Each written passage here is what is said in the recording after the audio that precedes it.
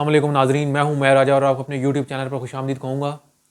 کیا Pakistani cricket team کا champions trophy کا اسکواڈ بہترین اسکواڈ ہے؟ کیا یہ اسکواڈ چیمپئنز ٹرافی جیتنے کی صلاحیت رکھتا ہے؟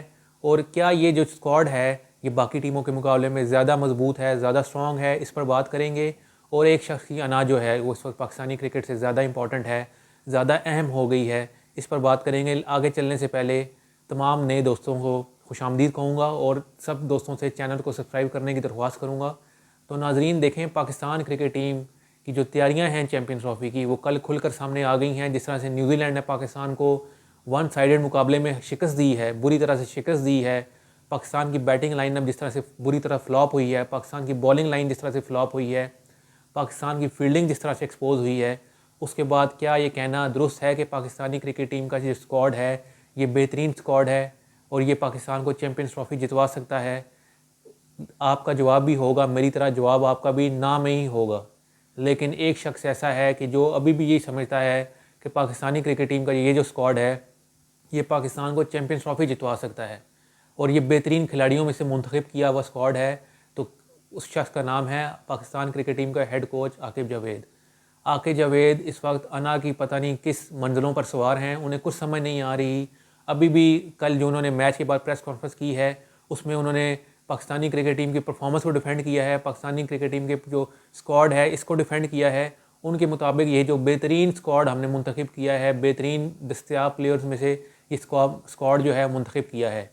اب آپ کے بھی سامنے ہے، مجھے بتائیں کہ فہیم اشرف کا نام پچھلے 1.5-2 سال میں آپ نے کہیں سنا تھا؟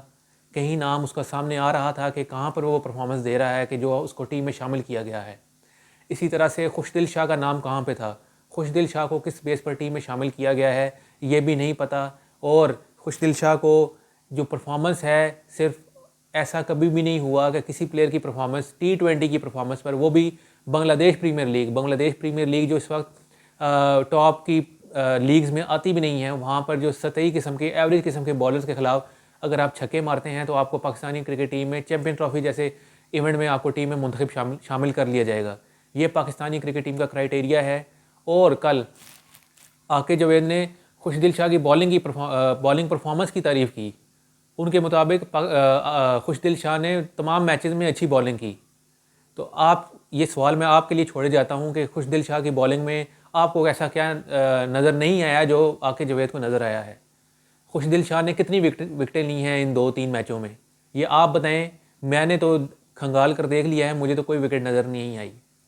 کل تھوڑی سی وکٹ جو ہے وہ ٹرکی تھی، تھوڑی سی وکٹ ٹرننگ تھی، وہاں پر بھی ایک بندہ رنز کنٹین کرنے سے کچھ نہیں ہوتا جب تک آپ وکٹس نہ لیں۔ وکٹس لینا بھی ضروری ہے، جب تک آپ وکٹس نہیں لیں گے رنز خود بخود ہی رکنا شروع ہو جائیں گے وکٹس لینے کے بعد۔ تو خوشدل شاہ کا ہم کیا کریں کہ جو وکٹ ہی نہ لے کے دے سکے ٹیم کو۔ اس کے بعد فہیم اشرف کی بات کریں گے، دستیاب پلیئر جو بہترین اسکواڈ عاقب جاوید کی بقول ہم نے منتخب کیا ہے۔ فہیم اشرف نے کل 2.2 اوورز کرائے، ایز اے تیسرا اسپیسر وہ ٹیم میں شامل تھے۔ انہوں نے 2.2 اوورز کیوں انہیں دیے گئے؟ انہیں پوری 10 اوورز کیوں نہیں کرانے دیے گئے؟ اگر آپ کے بہترین اسکواڈ میں سے آپ نے یہ منتخب جو دستیاب پلیئرس ہیں ان میں سے آپ نے اسکواڈ منتخب کیا ہے تو فہیم اشرف کو آپ نے صرف 2 اوورز کیوں کروائے؟ پورے 10 اوورز کرواتے۔ اتنا اچھا بالر تھا تو آپ کو پورے 10 اوورز کروانے چاہیے تھے۔ اس کا مطلب ہے کہ آپ کا بھی کانفیڈنس فہیم اشرف کے اوپر نہیں ہے۔ یہی بات میں نے کل کہی تھی اور یہی بات آج کر رہا ہوں۔ اس کے علاوہ آگے جو نے کہا کہ اگر ہم 2 اسپنرز کو شامل کریں گے تو ہمیں ایک فاسٹ بالر کم کرنا پڑے گا۔ یہ کہاں کی سائنس ہے؟ مجھے یہ چیز سمجھ نہیں آ رہی۔ آپ 5 اسپیشلسٹ بالرز کے ساتھ بھی جا سکتے ہیں، پلینگ 11 میں شامل کر سکتے ہیں۔ باقی ٹیمیں بھی ابھی دیکھیے گا، انڈیا بھی ایسے ہی کرے گا۔ اور اسپنر کو کوالٹی اسپنر، ایک ریگولر اسپنر جو ہے وہ اس وقت آپ کی ضرورت ہے۔ آپ نے سفیان مقیم کو آسٹریلیا میں آزمایا، ساؤتھ افریقہ میں آزمایا، لیکن ایسا لگ رہا تھا کہ وہ آپ کے جو فیوچر کا آپ کی پلاننگ ہے اس میں شامل ہے۔ لیکن اس پلیئر کو آپ نے چیمپئن ٹرافی جیسے ایونٹ میں، جب آپ کا ہوم گراؤنڈ میں، ہوم کنڈیشن میں جہاں پر اسپن کو پچز سوٹ کرتی ہیں وہاں پر ٹورنامنٹ ہو رہا ہے، ایسے ٹورنامنٹ میں آپ نے سفیان مقیم کو ٹیم سے باہر نکال دیا۔ سفیان مقیم ایک ایسا بالر ہے کہ جو اگر مار کھائے گا تو آپ کو وکٹس بھی لے کے دے گا۔ اس کی اسپن ہوتی ہے، ٹرن ہوتی ہے اور وہ بڑا ٹرکی قسم کا بالر ہے، اسے ٹیم میں شامل کیا جانا چاہیے تھا۔ تو یہ باتیں عاقب جاوید کی سمجھ میں کیوں نہیں آئیں، مجھے یہ اس کا اندازہ نہیں ہے. آپ اگر بہتر سمجھ سکتے ہیں تو کمنٹس میں آپ بتائیں کہ آپ کو کیا لگتا ہے کہ عاقب جاوید نے اتنی بڑی جو سلیکشن ہوئی ہے یہ کس بیس پر کی ہے. مجھے تو کچھ سمجھ نہیں آ رہی.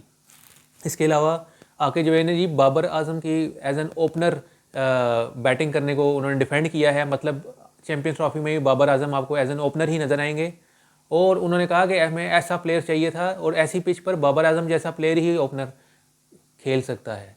تو جس بندے نے اپنی کرکٹ 9 سال کی کرکٹ جو نمبر 3 پر کھیلی ہے اس پر لعنت بھیج دیں ہم، جس میں اس کی 60 کی ایوریج ہے.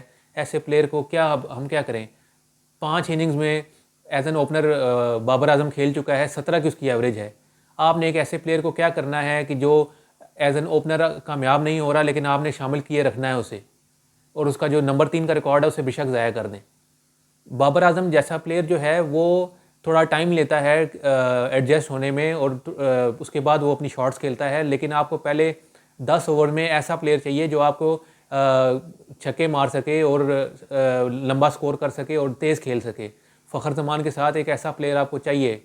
اور ایک اگر ایسا پلیئر نہیں ہے تو ایک ایسا پلیئر ہو جو ریگولر اوپنر ہو. اگر سائم ایوب نہیں ہے، سائم ایوب تیز کھیلتا ہے، اگر سائم ایوب نہیں ہے تو اس کے لیے آپ اس کے متبادل کے طور پر ایک ایسا ریگولر اوپنر آپ کو چاہیے تھا جو کہ آپ نے شامل نہیں کیا.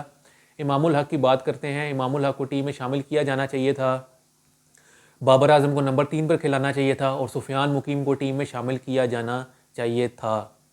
یہ ٹیم آپ کا کمبینیشن جو ہے یہ ٹف ٹائم دے سکتا ہے. میں آپ کو گارنٹی دیتا ہوں کہ اگر یہ کمبینیشن ہوتا تو یہ کسی بھی ٹیم کو ٹف ٹائم دے سکتا تھا، لیکن نہیں، کیونکہ ہمارے ایک شخصی انا جو ہے وہ پاکستانی کرکٹ ٹیم سے زیادہ اہم ہے، اس شخص کا نام ہے عاقب جاوید. کل میں مزید اس پر بات کروں گا. عاقب جاوید نے کچھ اور باتیں کی اس پر بھی بات کروں گا، اور محمد عامر نے ریٹائرمنٹ کیوں لی، اس کی بنیادی وجوہات کیا ہیں، اندر کی جو خبریں ہیں وہ میں آپ سے شیئر کروں گا کل کے ویلاگ میں. تب تک کے لیے اللہ حافظ.